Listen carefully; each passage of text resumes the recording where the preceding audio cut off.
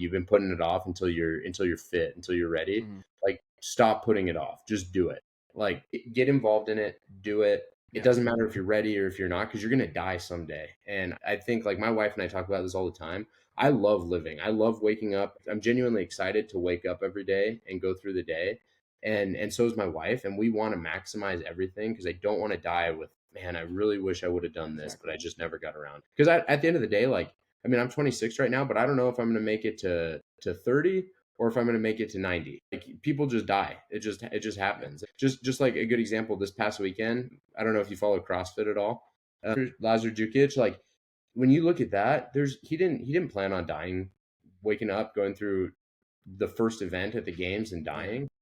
It's just like, you're not guaranteed anything. So you need to maximize what you have, and you need to make the most of it. What's going on, guys? Welcome back to the RedBeard Outdoors podcast. I'm Jonathan, your host, and here at RedBeard Outdoors, I talk about faith, family, fitness, and the outdoors, the four main pillars that wrap up my entire life and things that I want to share with you. So today being Saturday, we've got the Saturday sit-down edition of the podcast, which is a guest, full episode length, with the guest today being Nate Illingsworth. Nate is a hilarious human being.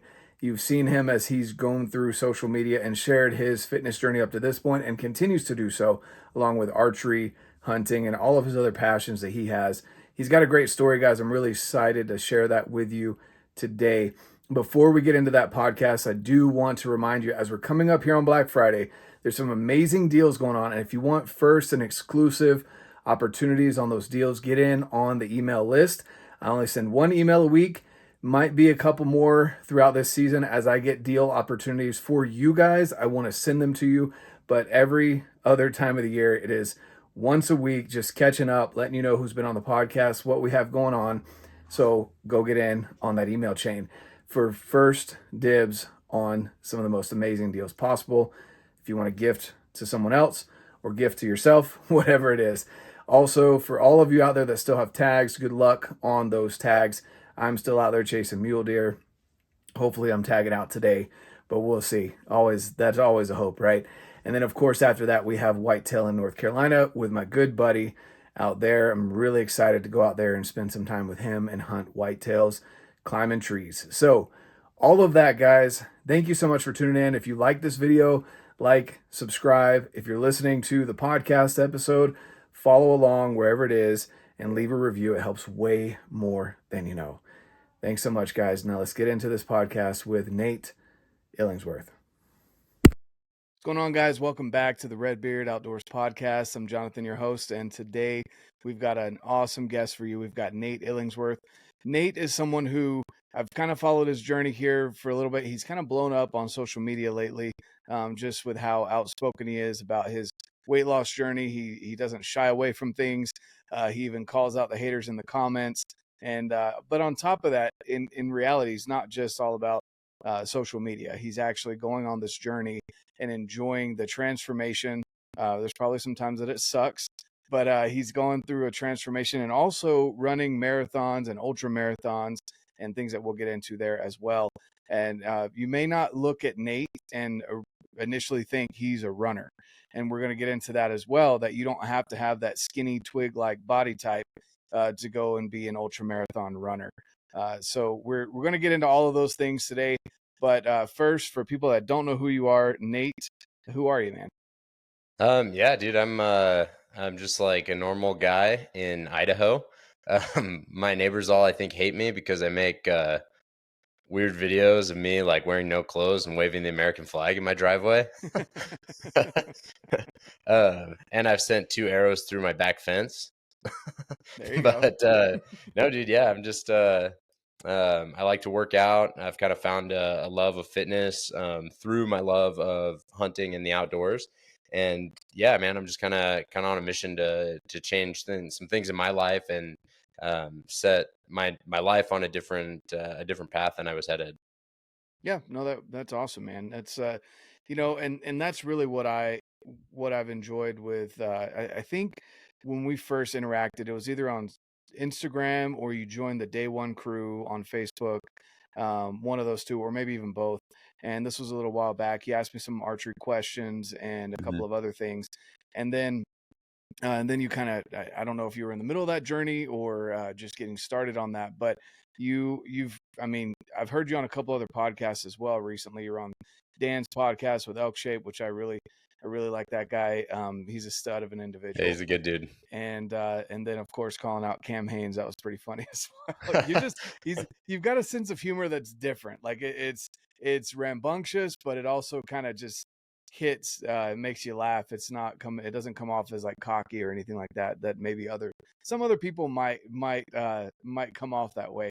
I know if I tried to pull off the way you're doing it, it wouldn't work for me. So I think I hate myself way too much to be cocky. Yeah, you've definitely found your niche. But I mean, you do everything from summer sales to now door-to-door sales, and you've got a bunch of other things. You've started companies. You're working through.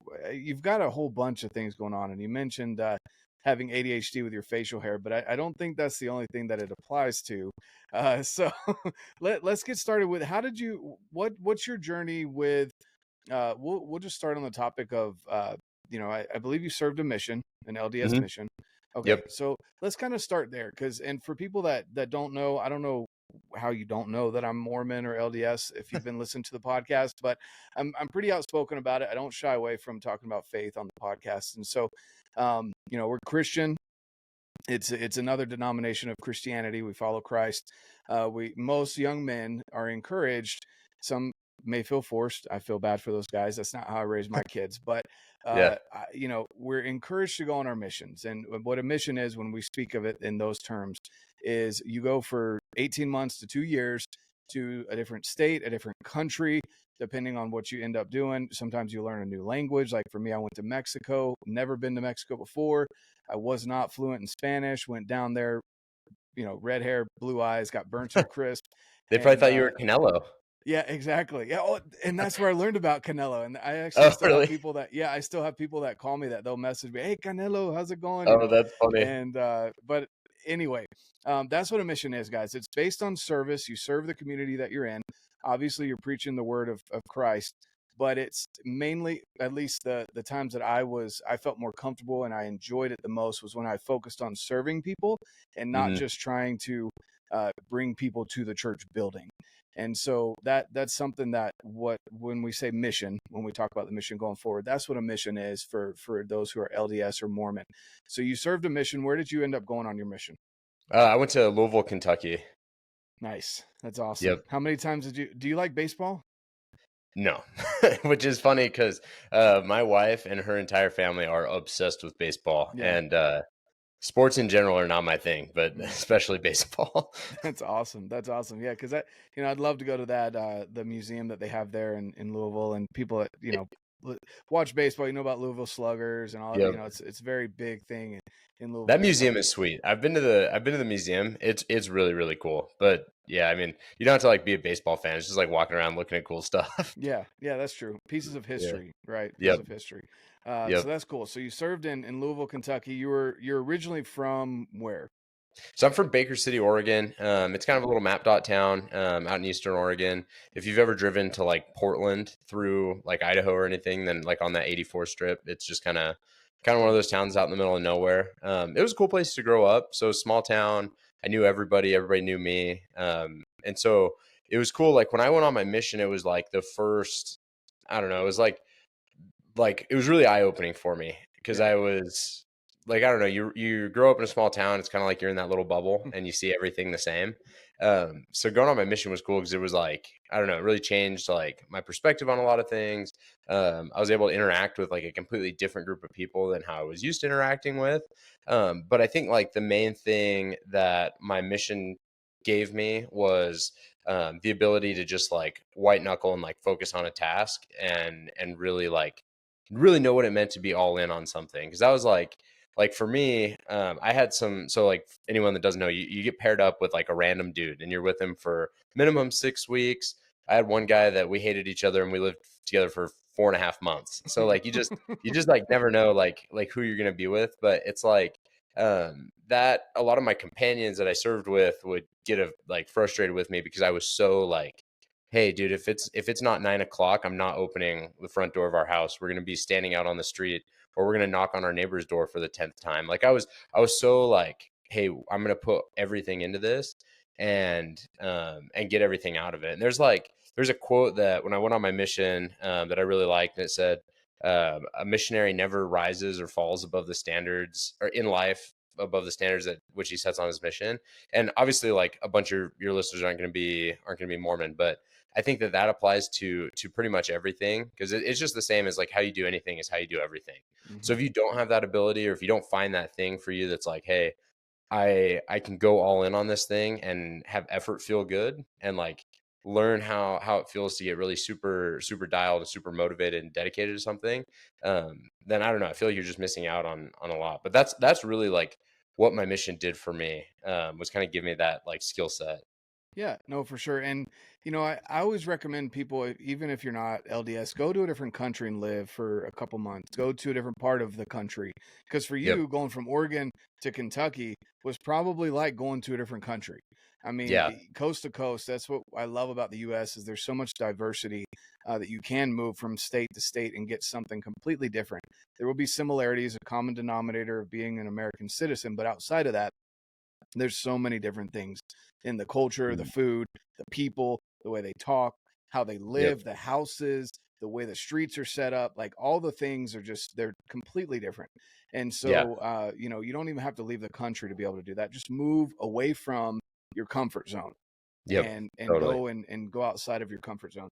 Yeah, It's that was like one thing, like, I don't know, this sounds like really dumb to say, but like we didn't even have black people in the town I grew up in. Like we had no black people. There was like Mhm. one guy that was adopted from Haiti. Like and going to Kentucky and like being like in like lower income parts of the city, like being around like a bunch at first, and I know this like sounds bad, but at first I was like really uncomfortable with that. But then it's like, oh, they're like, this is just a group of people that are people. And like Mhm. learning how to like just see everybody the same. I feel like you get that experience from like getting out of your comfort zone, like going to different Exactly. spots. And if you're always trapped in your box, then you just like always think of everything the same. And it's just a really, I don't know, I just don't think it's a good way to experience life. I feel like there's just a lot more out there for you. Oh yeah, no, 100%. And it's something that I strongly, I wish we had the cult, because I grew up in North Carolina and Hmm. coming out here to Utah, I'm like, man, I kind of miss the difference in culture here because I kind of need that. And now my kids, I'm like, man, I wish they grew up the way that I did, so that you could have that different experience and get introduced to, again, different cultures and different people, the way they talk and things like different families, just basically different Hmm. families and how they're raised different instead of right here in the valley. We've got, don't get me wrong, I love our neighborhood. We've got amazing families here in the neighborhood, but I do wish sometimes that my kids could get exposed a little bit more to different cultures like I was growing up. And so, anyway, I do recommend that people go out, like what you were saying, get out of your comfort zone and learn something new. Yep. And then, of course, go in. And the best way to get to know a group of people, whatever it is, a different country, different culture, whatever, is to serve those people, because it is a common language of, if you go in and you're just trying to talk to them and trying to preach to them, you're preaching at them basically, Hmm. versus if you go out and serve, which is what Christ did. He went out and served people. He went out and taught by example. He didn't necessarily go into a very Jewish population and say, hey, I'm Christ, worship me. he Yeah. he went through and he served those people and asked them to follow him, follow his example. And so that's the same way that I treated my mission. It was very humbling as well, to go and learn a different language, which again, it's kind of tongue in cheek, but going from Oregon to Kentucky or anywhere in the South, it is a very different language. People sound like they're talking through molasses, and Yep. they're kind of jumbling their words. And it's very different. And so there's Yep. different ways of saying things. Some phrases don't hit the same way, jokes don't hit the same way. And so it's a very different thing that I feel like, again, anyone should experience it. It'll humble you, Hmm. so that you can get out of your filter, out of your comfort zone. And so you did that, and it's also good. It's also good training to, again, get away from mom and dad or whatever the Yep. situation is at home where you're being taken care of. Now you're out and you have a certain allowance that you're allowed every month. Outside of that, I mean, you can't really work a job to get more money. So you're kind of Yep. learning to budget. You're learning to, live within your means. And there's just so many things that are good about it. But if you're not Mormon, if you're not LDS, that's fine. Go serve a different type of mission, a service mission somehow, or just move to a different country is what I'm saying. Yeah. Just for a couple months, just get out of your comfort zone and learn. Yep. I feel like that's helped you to be able to embrace kind of some of your quirks, as well as for me, it was something that has helped me as well. Because I grew up, I was up until high school, I was fat kid, ginger, pasty white, and I was Mormon, all wrapped up into one. And I That's grew a up tough in combo. yeah, and I was the only Mormon in my school, basically out of one or two Mormons in my entire school growing up from elementary all the way through high school. And so I got all the South Park jokes. Yep. Do you read a Bible out of your hat? Do you shave your horns in the morning? Do you guys run hell? Blah, blah, blah, like all that stuff. Yep. And I had never watched South Park before. So that introduced me to South Park, because I had to learn and learn how to joke about myself. But anyway, you came back That's from your funny. mission. So you served in Kentucky. You came back from your mission. And then where did you land? Where did you end up? Yeah, so I went to BYU, Idaho. And Were you my allowed to wear college, sandals? like, what was that? Were you allowed to wear sandals? No, no sandals, no shorts. Yeah, see, I went to BYU Provo, so we always laughed about that. We're like, those weirdos up there in Idaho, they can't wear shorts, they can't wear, heaven forbid you show off your dogs, you know. But Oh, dude, I know. Yeah, the dogs are put away. I think it's Everyone's different a now. I think it's different now, but it's definitely very strict. Yeah, Back my then. buddy's brother, we were just FaceTiming him yesterday, and he's got like hair down to his shoulders, and he's Yeah. up there. And so I'm like, man, they must be pretty lax now. Yeah, But yeah, I went to we used to have to get a either a beard card is what they would call it. So uh-huh. for certain Yep. religions, you're allowed to have it, or if you had really bad razor burn. And I Yep. was almost to that point, but every time, like, you could walk around with a beard, but the moment you went to go take a test, for Yep. some reason in the testing center, you had to shave. And like, and so that was the worst, because I get really bad razor burn right here on my neck Oh yeah. if I shave frequently. So anyway, Have you ever seen that meme? And it's like it's got Hitler, Joseph Stalin, Abraham Lincoln, and Brigham Young. And it says 2 of these men are allowed in the BYU testing center, 2 of them aren't. Oh, no. That's awful, but it's hilarious. That's true, dude. Oh, Hitler could man. walk right in there and take a test, dude, but the guy Yeah. the school's named after, no way. I never rocked the mustache, so that's something I just can't do. I've just never I had to get tried. married first before I stared rocking the mustache, because now it's like she's stuck, dude. She's not going anywhere. But the mustache doesn't attract mates very well. No, it definitely doesn't. Not in this day and age. No. But so you ended up at BYU Idaho, and then what happened? Yep.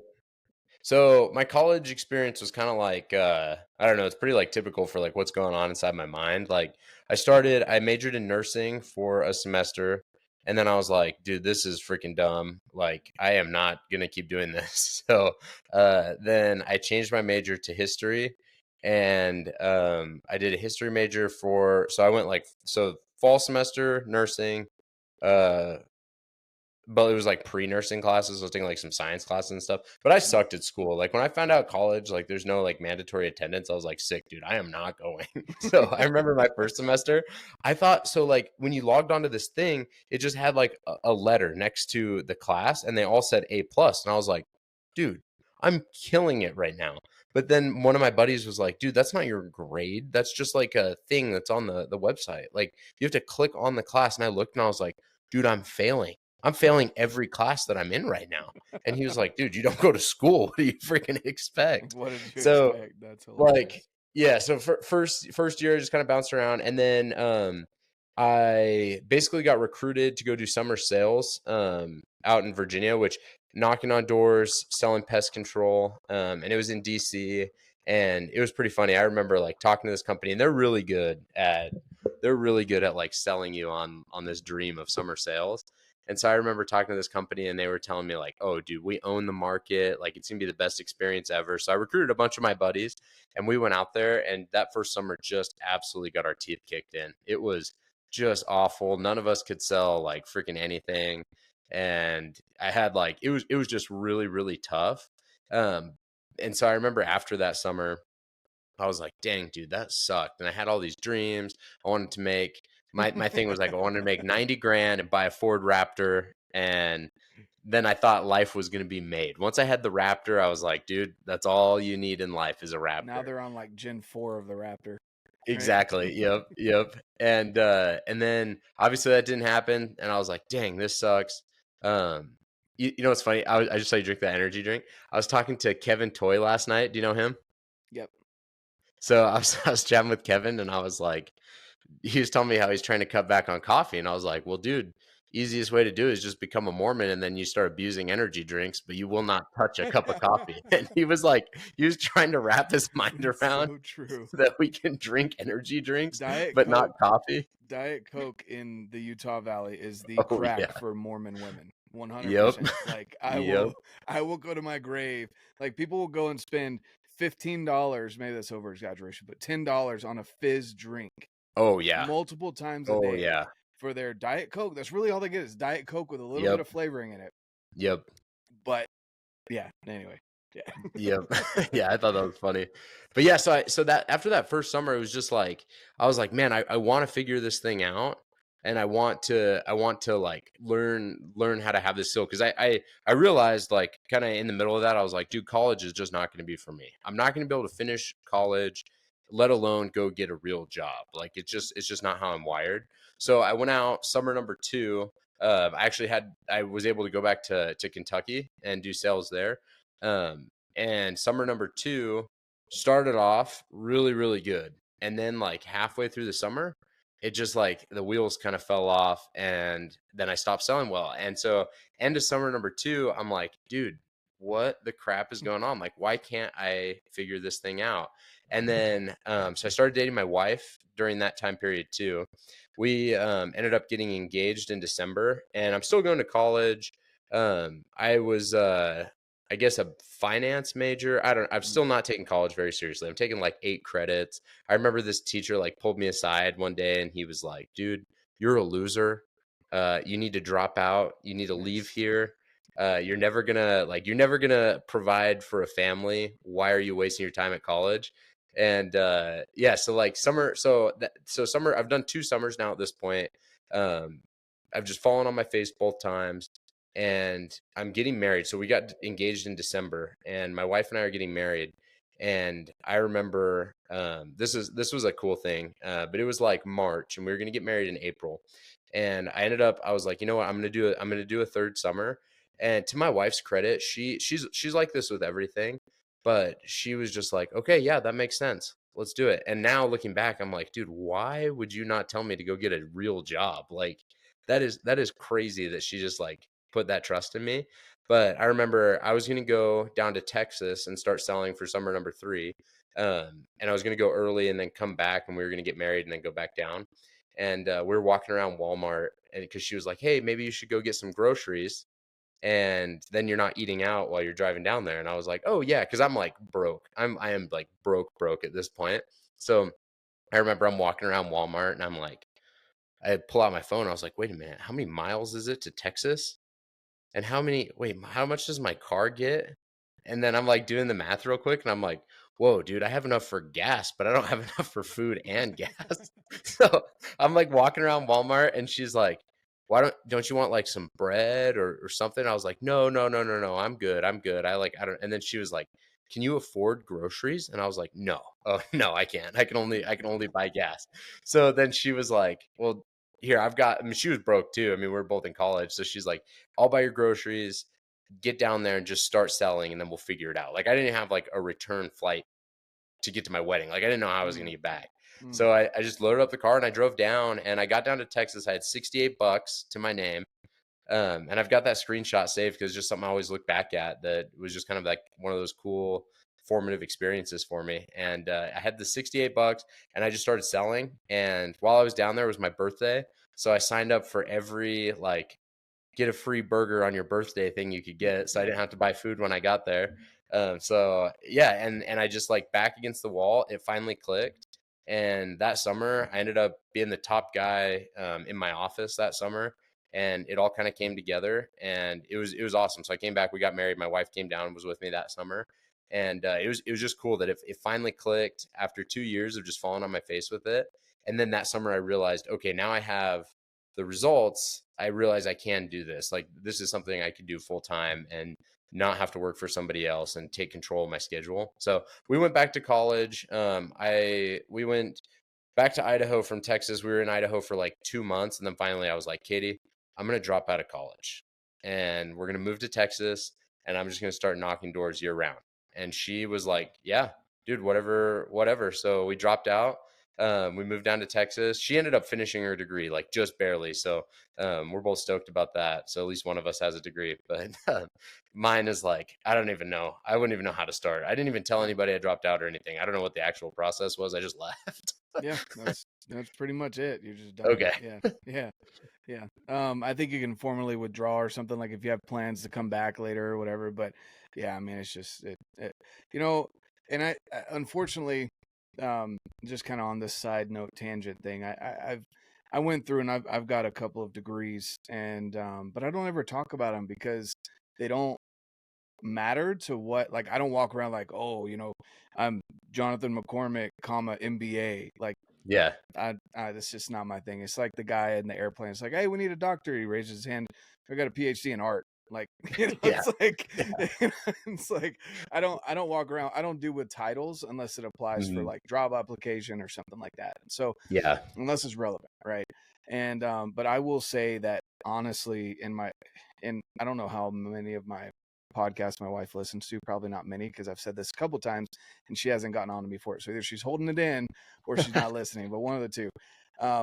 You can learn the majority of the stuff that I learned in college on YouTube and through experience. And I think that is way more valuable to put in the time and effort. And I think a lot of businesses are figuring that out as well. And they're not looking at college degrees the way that they used to. It used to be a way to put you above and beyond. Like, it shows a level of discipline, whereas now it's so much of just like checking boxes. You went to school and you got a degree. And so what I tell my kids is like, look, we've got college funds for you, but if you choose to go to a technical college or go down a career path that doesn't require a degree, we will roll that into one of your siblings and you will get that we'll take care of you as like a mommy daddy fund rather than the college fund itself. And so that's cool. The same opportunities either way, because I don't, like, if you want to own a string of McDonald's, like I know of someone, my CPA does his taxes and he is now a billionaire. Wow. And he gets to go out and enjoy. He lives in Wyoming, loves outdoorsy stuff. But he started as flipping burgers at McDonald's. He just finally said, look, I want to learn from the ground up and then I want to own it. And then he owned it and he bought more and more. And now he owns multiple businesses and all this stuff. So that's cool. As long as in my household, it is, you are progressing or you're out of the house, one of the two. And so, not just planning on flipping burgers for the rest of your life. You got to have a plan of, I'm going to get this and buy that.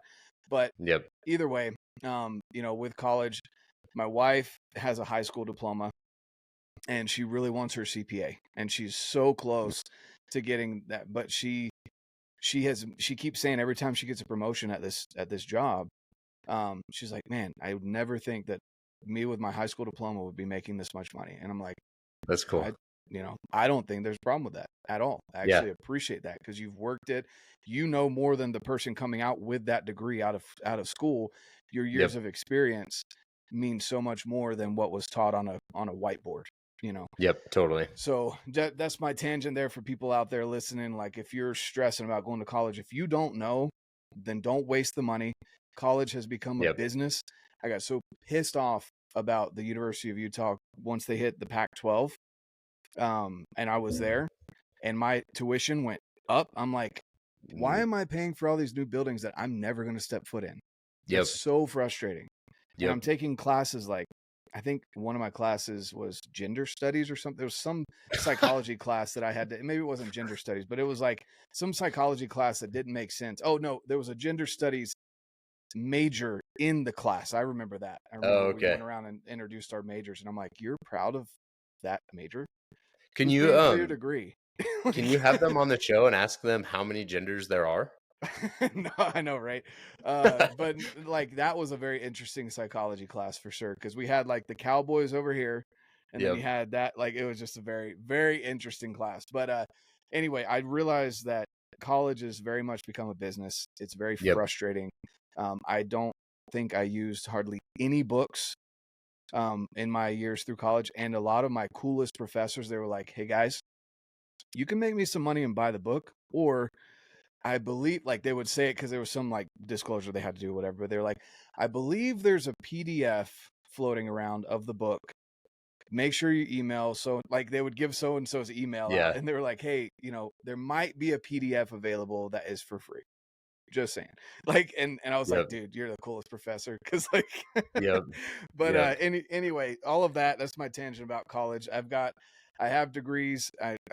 I don't think it's necessary unless it's something like you're going for a doctor, PT, veterinary, something that requires a degree.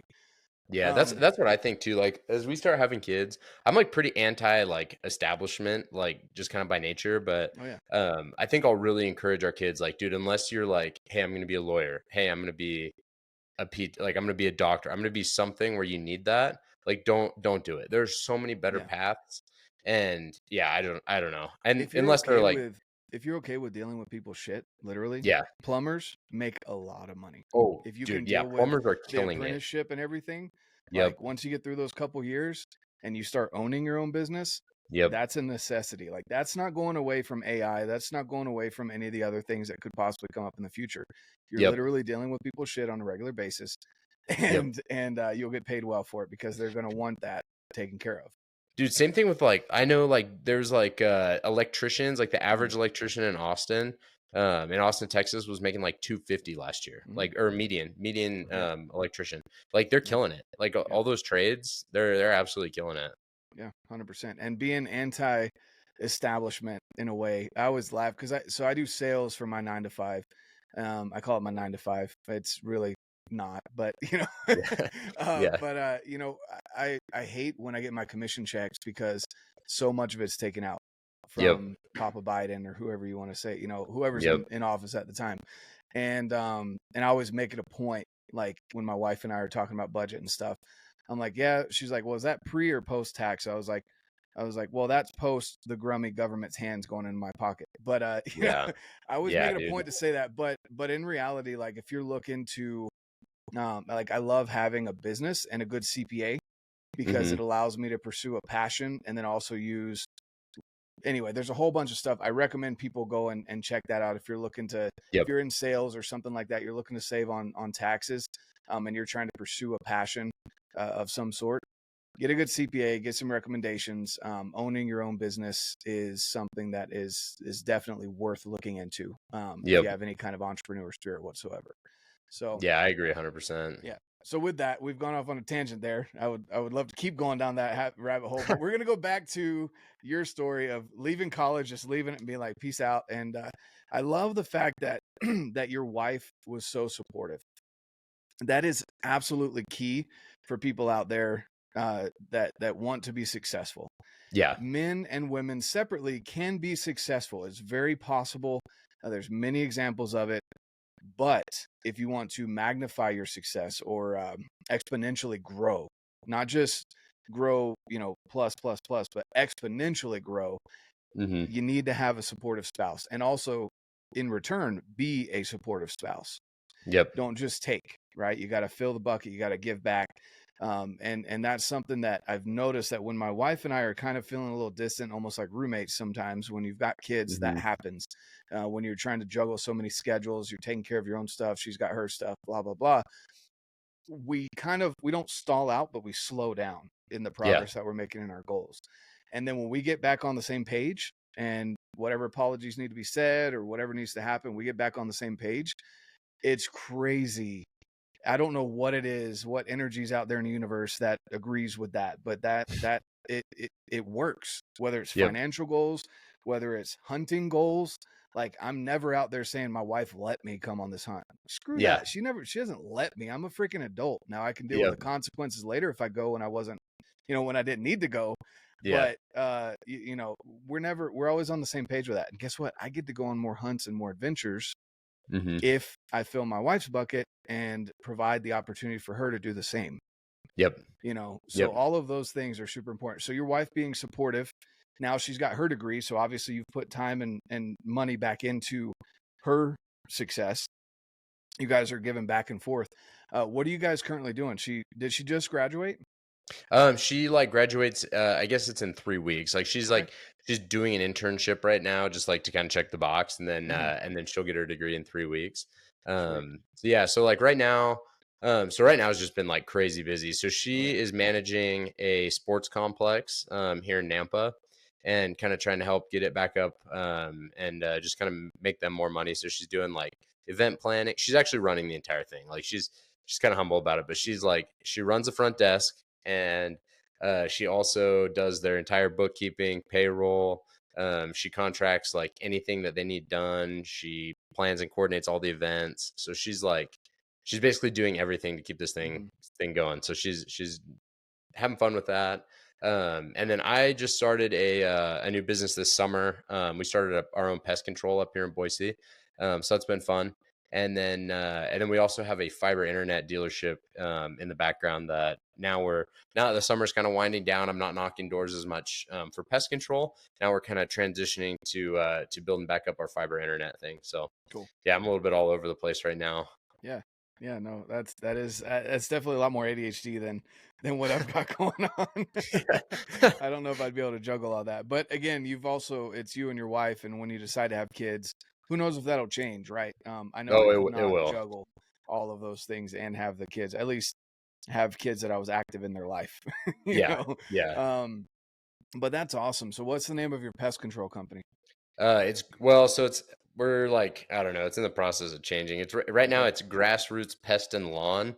Okay. But we realized that lawns are like not something we can do. Like my yard freaking sucks. So I'm like, dude, if I can't even do my own yard, I'm not gonna have someone pay me to do their yard. So we're changing it back to Grassroots Pest Control. We're also like kind of going through a rebrand because I designed our logo. I don't know if I have one laying around here. I designed our logo and it looks like weed. And so it sucks because I didn't know that, because obviously I don't smoke weed. So now every time we roll up to do a service, people are like, are you guys doing like some weed petition to like try to get weed legalized? I'm like, no, dude. No. Hey, it's an attention grabber. It's an attention grabber. And you can say you can have such a high experience with us. Give us a high rating. Like make so many puns off of that, just we could. I wonder, I'll show it to you. I think it's online here. Give you a smoking deal. Yeah, I just need to use it to my advantage. Yeah. I wonder if it comes up. Oh, it's not, our logo doesn't come up. But yeah, dude, I'm like, oh my gosh, why did I make this logo that oh wait, here it is. Yeah. I don't know if you'll be able to see this. Oh man. It kind of looks like weed, but I think that's a lot of the Mormons up there that they're not as introduced to weed. That looks more almost like a aloe vera plant kind of. Everyone up here is not Mormon, dude. Boise has changed. It used to be like Utah, and now it's just California up here. Yeah, that's what Salt Lake City's like. Unfortunately, I'm just outside of it, so just outside of the craziness that Salt Lake City's turned into. But no, I get you. That's why our house, I think, over the last couple years has gone up, almost tripled in value just over the last awesome. 5 years. Not that we're ever going to sell it, but like we had someone in our neighborhood moved, and my wife just likes to, I call her the Google queen because she's always like looking stuff up. And she texted me one day. She was like, "Can you believe their house went for this?" I'm like, "What? Their house is smaller than ours and doesn't have a finished basement." And they're like, she was like, "Yeah." I was like, "Well, that's cool. Well, if we ever did want to sell, but if you sell, then where do you go?"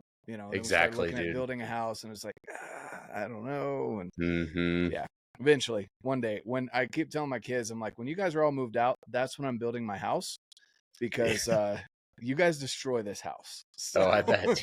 Have fun with this one, and then when I build my house, you can send your grandkids over. We'll come and steal them, and they get the better house. How about that? Yep. That's awesome. So we've got multiple businesses. Your wife, is graduating, which again, congratulations on that. That's a huge accomplishment. It sounds like she's excited about getting that done with the internship and everything else she's got going on. So you guys are just crushing, just a good, quality power couple that you guys are attacking goals together and getting after things. And, I do want to hit on something kind of going back to your story where you were saying you have that screenshot of the $68 in your bank account. It's crazy what happens when you're one, you have someone depending on you, which at the time was your Mhm. girlfriend, right? It wasn't your wife. It was almost your Fiance wife, so at your the time, fiance. yeah. Yeah. Yep. Basically at that point, minus some huge destructive things happening, they're basically married. So you've got your Yep. wife depending on you back home. She's bought you groceries so you could get down there, right? So you Yeah. kind of have that feeling. At least a good man has that feeling of like, I need to make sure I pay her back. Not indebted per se, but I want Mhm. to keep my honor and make sure I pay her back for these groceries, this bread she bought me. Yeah. And then, you have that, your back's against the wall, and then you did really well. You found something. And I feel like that's a common thread amongst a lot of different successful people. They have some kind of rock bottom where they're like, man, I need, and they have someone depending on them, other people depending on them, and they've hit rock bottom. Mhm. I was just listening before we recorded this podcast to Andy Frisella talking about how, and he brings it up multiple times in his podcast. And for those that don't know, again, I don't know who you've been listening to, but if you're new to this, welcome. Andy Frisella is the owner and CEO of First Phorm. Him and his brother's the president. He's the owner and CEO. And he constantly reminds the listeners that he walks in every day, wakes up every day knowing that everyone that he has employed and their families is on his back. Yep. Like he has that burden on top of running multiple businesses that he owns between S2, First Phorm, and multiple others. It's not just the cool, I get to drive awesome cars and have all this stuff. He really does operate under that stress, which some people usually go one of two ways. You either go into a deep hole of depression and fail and just crumple, or you use that as fuel to get better Mhm. and to provide and make sure that those people are taken care of. And it sounds like you went down that route, and that's really cool. So And that's like something too that like so my wife and I my wife is like really really cool like to be this bought in. We realize that we grow the most in times of discomfort. So when we were living in Idaho, like before we dropped out and moved to Texas, our life in Idaho was chill. Like I would go on solar blitz trips down to Texas for a week, come back to Idaho, and then like we'd spent no money. So we were just like, we could do anything we wanted. We were very, very comfortable. And then I was like, hey, let's just drop out of school and move to Texas. And it was a big jump for us. Neither of us have any family down there. It was like really uncomfortable at first. But we grew a ton when we moved to Texas, and we were there for a couple of years, and we felt really, really comfortable with being there. And everything was like going our way. Like we were at work, we were absolutely killing it. Like I was doing really, really well. And we were just living really, really comfortably. Like everything was great. And then all of a sudden we were like, you know what? Like let's go through another season of growth. So we moved up to Idaho, and just like kind of like we literally just hit restart on everything. So like right now I feel like we're in that like restore. We were still kind of at like that ground zero. I spent this summer building the pest control, but it's not like I take any money out of that. So now I'm having to like go back on the road and stuff and like do the fiber internet. So it's like we're kind of going through this next growth phase. But I don't know, it's kind of a pattern that we're starting to establish now that when we get too comfortable, and we don't, I mean, I don't know, I'm pretty open about this on my Instagram. I don't really like living here in Idaho, so we're going to move again soon, but it'll probably be right when we get comfortable and we start really enjoying it here. I think we'll just pick up and move again. So it's I don't know, it's just we like doing those things because we know that it's like right when we start getting too comfortable, we need to do something like that so that we can grow more. Yeah, no, I can definitely relate to that, and definitely comprehend, the idea that getting comfortable, it can feel good, but then you kind of almost wake up. It's like sleepwalking, and then you wake up, you're like, oh, wait, I'm not really going anywhere. Yep. And again, there's a lot of people that are comfortable with that, and that's fine. If that's how you want to live your life and operate, again, there's nothing wrong with that. But if you start complaining about not making any progress, that's where I'm like, okay, you're not doing anything about it either. So, Yep. that's fine. If you want to wake up, punch the clock, whatever. There's something that I heard recently that to be able to afford a decent house, a family has to make somewhere around, I think it's like just over $100,000 a year to afford the same house that, what was it, like 6 years ago, 8 years ago, they could have bought for, or they could have had a $60,000 combined income. So it's almost doubled Yeah. in just a matter of less than a decade. Yep. And that's insane. It really is. I'm personally just happy that we're to the point where I don't have to look at like the grocery bill. We go mainly based on what do we want to eat, not what does it cost, and trying not to be wasteful, right? Yep. But we don't sit there and say, well, we only have $150. Like this can't go into that. Like, we do talk about that with the kids where we say, hey, we let them know like, hey, we can't go out to eat today because that's not in the budget. That's just what we say. But as far as groceries go, as long as it's healthy, as long as it's on the outskirts of the grocery store, then we don't ever limit the kids when they want to put something in the cart. So it's nice to be able to be at that point. But I also feel for people like I've got a 24-year-old son who, I don't know how he's going to find a house. I really don't. Yeah. And it's insane, and it's really not going to go down. It's only going to either be stagnant or keep going up. So well, and as soon as interest rates drop, like house prices are just going to shoot straight back up. So yeah, I mean, it's tough. I've heard a lot of people say that, like, oh, these young people, it's so hard for these young people. My wife, like, I'm 26, my wife's 24, and we just bought our first house in December. So I mean, it's one of those things where, like, I mean, young people, I don't. Not anything like against what you're saying or anything. It's just I don't want people to like limit themselves by like what is possible. I think you're capable of doing whatever you set out to. It's just not going to be easy. Like I mean, we're like house. I don't know. We put all of our money into the house right now, so we're like, we're not going to buy a new couch right now because it's not in the budget. But we bought the house, so we did like how's the your hard canvas thing. cutter treating you? No, I'm kidding. Dude, we're it's funny, like, dude, buying a house sucks so bad. Dude, I didn't know. And we were like, so we like looked at a couple of houses and I was like, hey, let's just buy a new build house. You don't have to do anything. You just move in and live there. And then I didn't realize, like, we were doing our walkthrough, like final walkthrough right before we got the keys. And I was like, when are you guys putting the blinds on? And they were like, what are you talking about, you idiot? And I was like, dude, what? I was like, you guys didn't finish the backyard. There's no fence. And they're like, you have to buy that. And I was like, dude, what? I was like, dude, there's no grass. You tell me I have to buy sod? So yeah, dude, I don't know. You're buying the house. You didn't buy the property. Yeah, I bought a freaking place to sleep, dude. You bought a very expensive shelter. Yeah. I think my dogs love this place though, because there's tons of room for them to run around because we haven't even bought any freaking furniture because we just. That's awesome. That's awesome. Oh, that's cool. That's cool. But no, I definitely agree with you. I'm more of, I guess, empathizing with, because every generation has their struggles. Yeah. There's always something.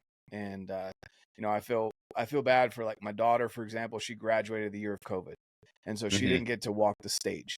For me, I personally wouldn't have cared, but for her, that was a big deal. So, I empathize with her on that she didn't get to have the full ceremony. For me, I was like, man, when's this freaking ceremony over? Like, I gotta sit here for 2 hours so I can walk for 30 seconds across the stage and receive a fake diploma that they're going to email me later, or that they're going to mail it to me. Like, what the heck?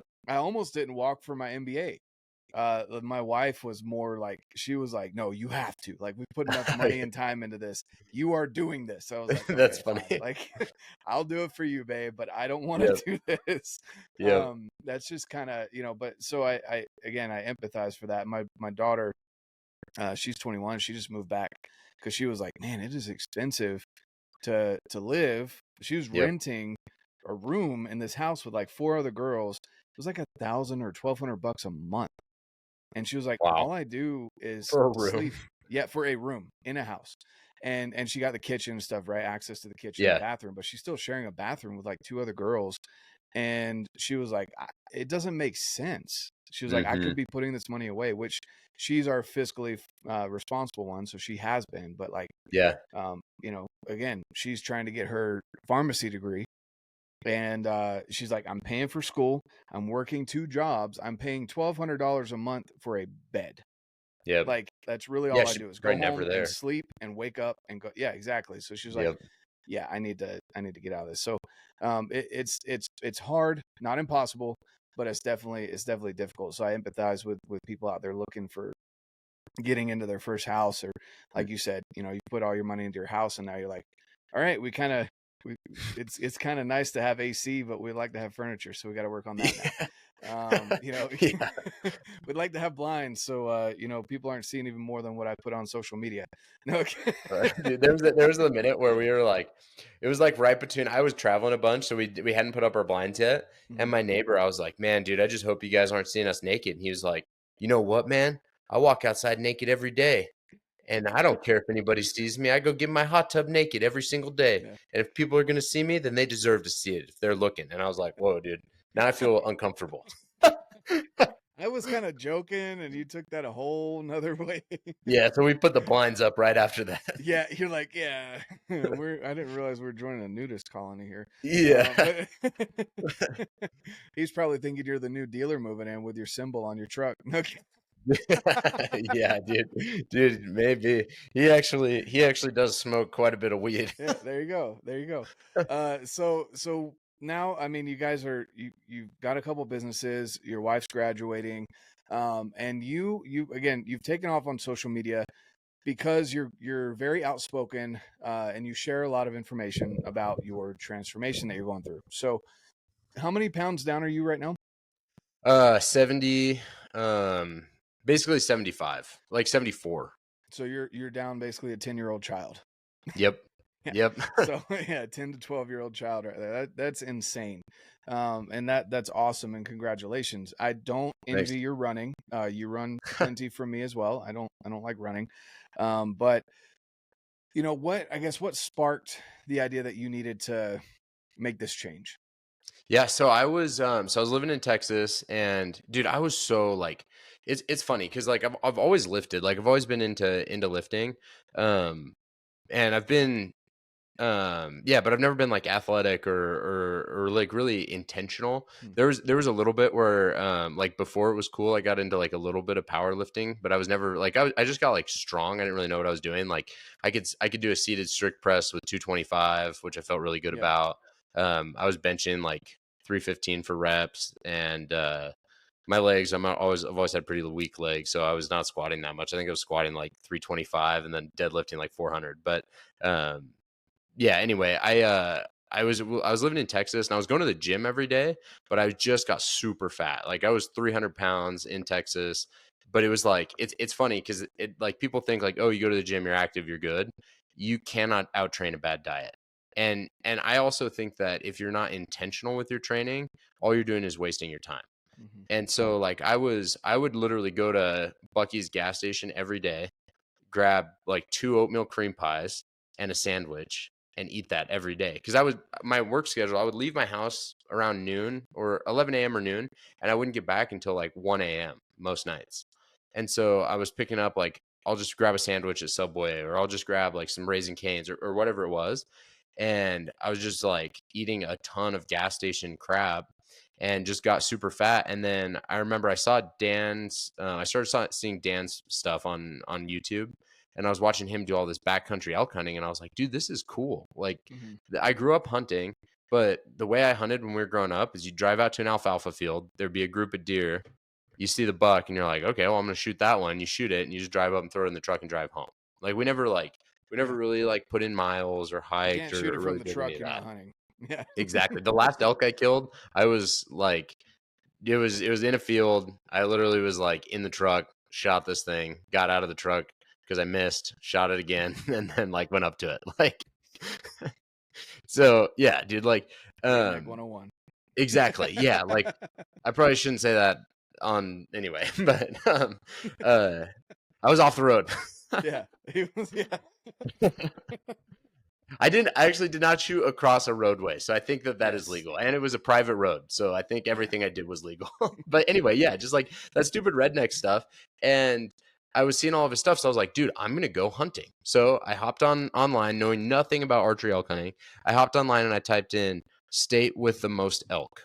And I was like, dude, Colorado. They have the most elk and the most elk tags. So this is going to be the easiest place I can go hunting. Yeah, I didn't think about that. And so I drove out to Colorado. Well, I went down to archery country in Austin. They got me all set up. They helped me like get my bow set up, pick out broadheads, like all the stuff. Then I went to Colorado and went on this hunt.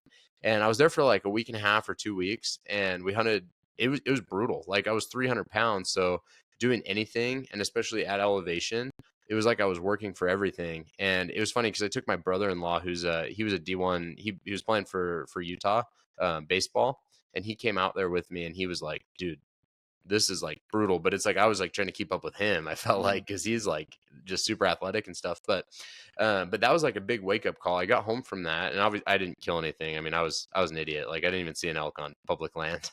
um, but anyway, I got home from that experience, and I was like, man, this is like something I want to do, and I really really like that.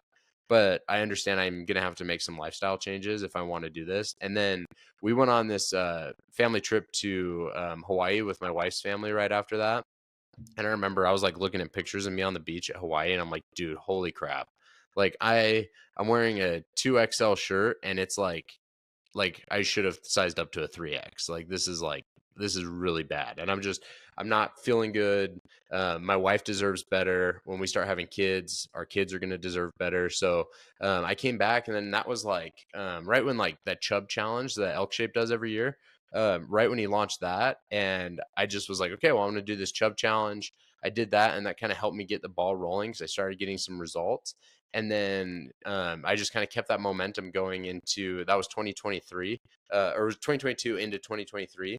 And I just kept that momentum going, and I started just really taking control of everything. I started following macros, tracking everything, and then I started running too. So I signed up for a half marathon, and I ran a half in 23. It was in like April. I ran a half marathon. I think I'm trying to remember. I think I weighed like 200 and let's see. So I was 300 at like January 1, I was like 300. So I'm betting when I ran that, I was probably around 265, 270, somewhere in there.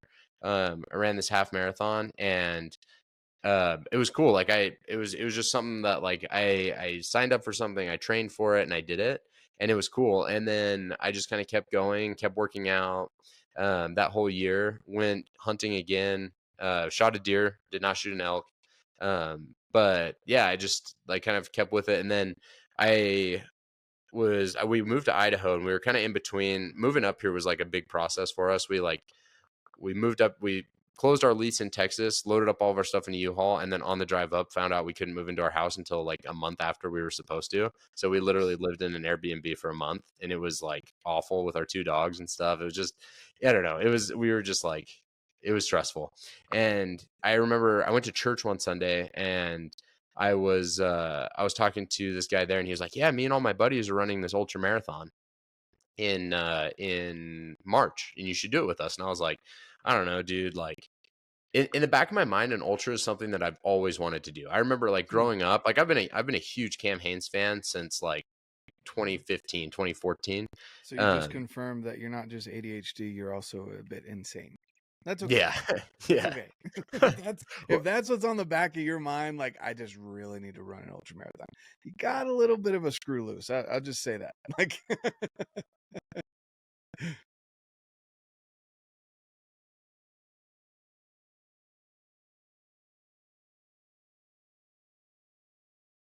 yeah, I hear you.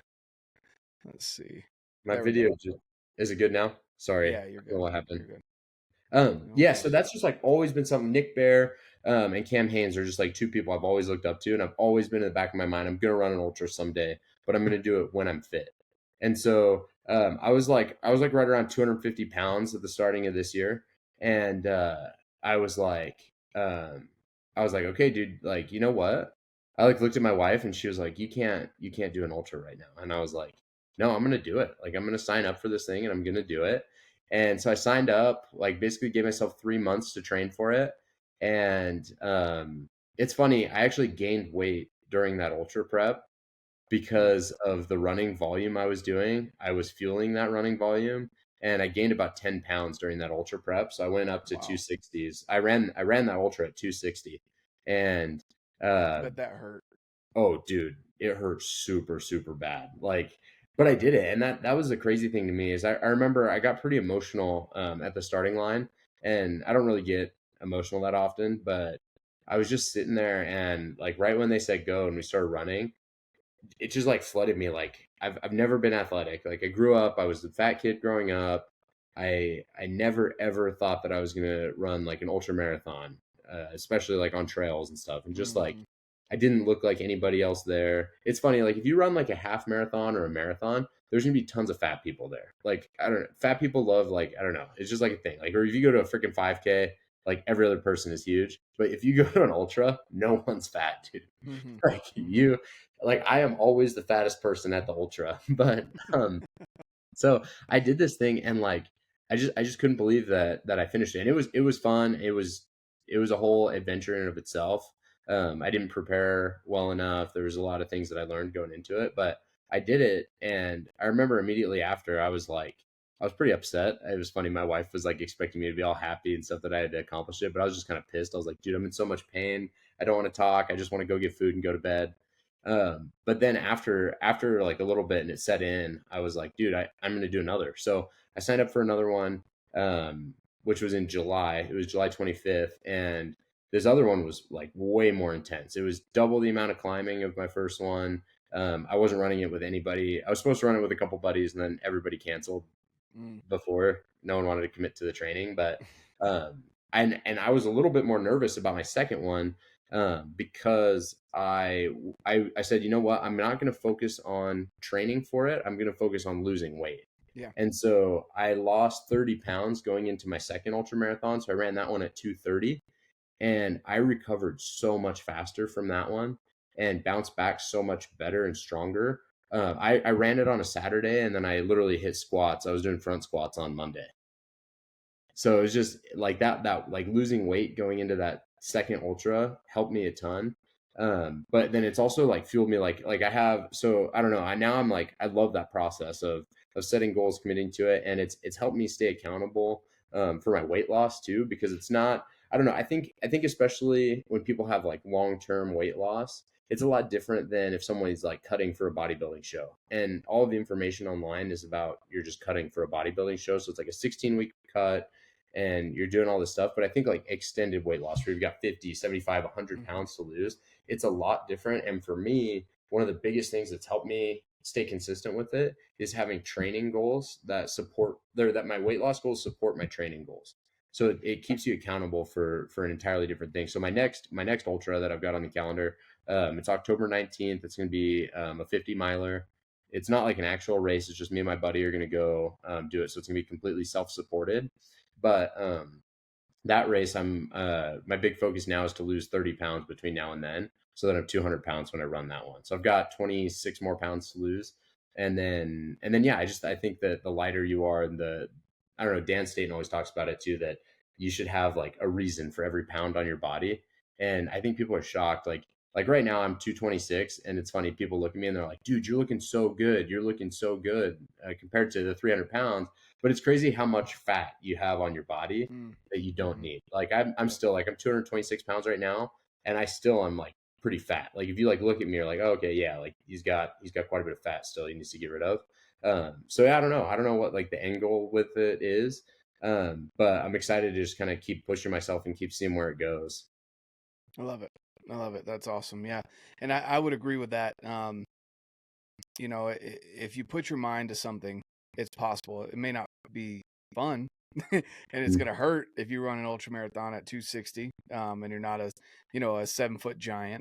Yeah. And even then it probably would still hurt. And so, it's possible, it's doable, but it's just like what we were talking about with the housing market and new kids getting into housing and stuff. It's possible. It's just not easy. It's not going to be easy. And so that's cool that you were able to push through that and make it through and have the experience that you did. I'm really excited about that. And I'm excited to see where you end up taking it. So The hard part about ultras is that like there's always more. That's the thing that sucks about the endurance world is like you do a 50K and then you're like, okay, well, I mean, naturally, I'm going to do a 50 miler. And then you do the 50 miler and you're like, okay, well, naturally, I'm going to just do a 100 miler. And I don't know. It's just is like it's a rabbit hole of pain that just I feel like is never ending. But no, I feel like my biggest, like, if there's like one thing that I could just like say to people, like, if there's something that's on your plate that it's in the back of your mind, you've been putting it off until you're fit, until you're ready, like, stop putting it off. Just do it. Like, get involved in it, do it. It doesn't matter if you're ready or if you're not, because you're gonna die someday. And I think, like, my wife and I talk about this all the time. I love living. I love waking up. I'm genuinely excited to wake up every day and go through the day. And so is my wife. And we want to maximize everything because I don't want to die with, man, I really wish I would have done this, but I just never got around to it. Because at the end of the day, like, I mean, I'm 26 right now, but I don't know if I'm gonna make it to 30 or if I'm gonna make it to 90. Like, people just die. It just happens. I mean, just like a good example this past weekend. I don't know if you follow CrossFit at all. A little bit, but yeah, I know I forgot how to pronounce his name, but I know the guy that passed away. Yeah, he was yeah, very young. Lazar Jukic. Like, when you look at that, he didn't plan on dying, waking up, going through the first event at the games and dying. He was what, 20, 21, I think, 22 or something like that. He was really born in young. 96. Oh, okay. So he's 28. Mhm. Oh, I thought he was younger than that. Anyway, yeah. Okay, so yeah, 28. But like, at I the just end of the remember day, looking at it and think, because I was born in 92, and I'm like, man, he's 96. Like, when you start recognizing like people that are making it big and doing big things like Lazar did, yep, and they're younger than you, you're like, wait a second, hold up. I used to be yep, the young kid. 92 was young. Now I'm looking at him like 96. Oh my goodness. yep. Anyway, It's just like, you're not guaranteed anything. So you need to maximize what you have, and you need to make the most of it. You need to live a life like Lazar did, where I mean, he just won the semifinals. Like, he is doing everything that he wants to do, because you just don't know. Nothing's guaranteed. 100%. Yeah, I couldn't agree with you more on that. It's something that you'll never get time back. Yep. You can always make more money. Again, it may not be easy, but you can always Yep. make more money. And sometimes that mindset kind of is detrimental between me, because my wife's the saver, she's the accountant. And Hmm. so when I tell her, she's like, well, how are we going to do this? I'm like, I don't know. I'll make it work. Yep. Like, she's like, what do Yep. you mean you don't have a plan? I'm like, I can always work for more money. Like, you can always make more money, Yep. but you can't always get that time back. Like, we just recently went to Alaska for a week, and Nice. and we did some fishing, and I'm not a huge fisherman, so it's not like, it was more about going about the experience. And then I learned, I was like, oh, I actually really like this kind of fishing a lot. What'd you do? And so we did salmon, halibut, just right there, Would you self-guided. Did you do reds or silvers, or what'd you do? So it's silvers, pinks, and kings. We didn't Okay, catch any nice. kings, but you can get a king stamp, and they give you certain limitations of ones that you can keep. But yeah, silvers and Nice. kings, and then we did a halibut. You can keep the dogfish, which are sharks for people that don't know. We've caught an octopus. Someone in our group caught an octopus and was able to keep that. That's sick. So we caught a whole bunch of crap. Yeah. Yeah, that's cool. We came back with about 70 to 80 pounds of fish, just my wife and I. So, Nice. That's awesome. and we were one of the groups that had some of the less amount of fish coming back. So We did that a anyway, couple years ago, and we brought like 300 pounds home. yeah, It was yeah. nuts. Yeah, it was weird. It was super nice and I would have taken that over the miserable normal Alaska weather. Yeah, Like, it was beautiful, that's gorgeous, cool. mid to low 70s, sunny the entire week. That's And cool. so obviously that's not the best for fishing, but Yep. we had an amazing experience, great views and everything. But anyway, that's not normally something that, and so when we got the opportunity to go, just saying, like, that wasn't in our budget plan for the year. Hmm. That's a couple grand. And my wife's like, she was like, well, do you want to go? I was like, of course I want to go. And it's like, Yeah. now my wife's on board, so of course we're going now. Yep. And she's like, all right, well, where are we going to pull this money from? I was like, I don't know, just work a little bit harder and make some more money. She's like, oh, okay. I don't like that, but let's do it. Yep. Because, like, it's an every other year to every 3 years kind of deal. And so, Hmm. but hopefully I'm around for the next time we go up, but I don't know if I will be. Yep. And so all of those things, take the experiences, and don't sit there and say I have to work for so many years to retire, and then your body's beaten up and you haven't taken care of your body. And Yep. it's really sad seeing those kind of things, that people are now traveling because they retired, but now their body is all beat to heck and they can't enjoy it like they would have 20, 30 years earlier. So there's obviously a balance there, and I'm not a financial advisor, so I recommend you hire one. I know a couple great ones that we use. But yeah, it's something that definitely the experience is worth pushing through and making it happen. Just like what you're saying, if it's on the back of your mind, go out and make it happen.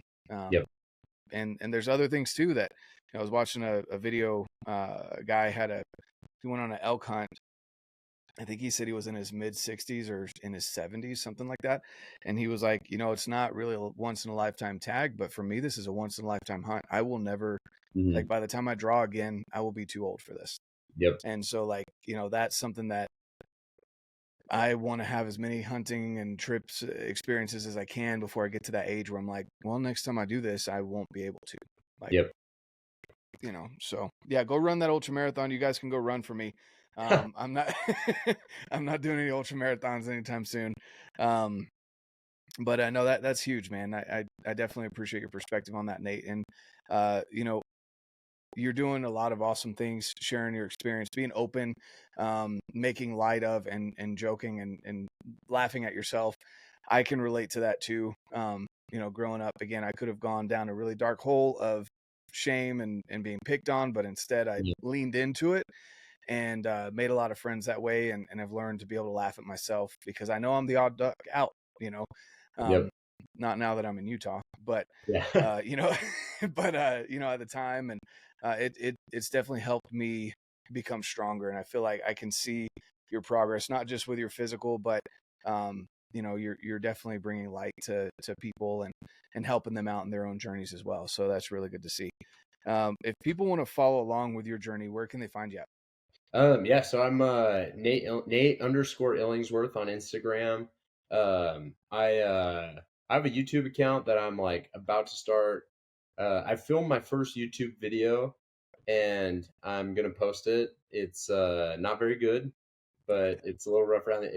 It's called How to Fletch Arrows for Really New Archers. But yeah, so that's gonna hit the algorithm for sure. Yeah. So I'll be posting quite more. Like, I just got my camera set up, so I'll be posting on YouTube quite a bit. And then I just started a podcast. It's called Just the Nip Podcast. Stands for Nate Illingsworth Podcast. I've got some cool episodes coming up. So that's on Spotify and I think Apple. I don't know if I did the Apple, if I set it up correctly or not, but hopefully Apple. Awesome. Well, cool. I'll leave all those links down below, guys, so you can check out Nate and the different various platforms and follow along with his journey. And if you have any questions as far as running, maybe you're wanting to get into running, but you feel like maybe you're a little overweight and it would maybe hurt too much, or you don't feel like you can do it, or reach out to Nate. Talk to him. He'll help you out for sure. Make sure you're heading down the right path. By no means is he a nutritionist or pretending to be, but he's got his own experience under his belt and things that he's done that I definitely haven't experienced and don't ever plan to experience. So definitely reach out to Nate. Don't ask him who his barber is. He obviously needs a little touch up here, but yeah, I'm growing out check this out. I'm growing out the mullet. Oh man. See that? Right. I think your camera cut out. We're gonna have to cancel that. Okay. The mullet mustache combo, dude. Oh jeez. Oh man. Oh, I don't even know what to say to that. That's if things don't work out, I just want to have a solid fallback in the adult film industry.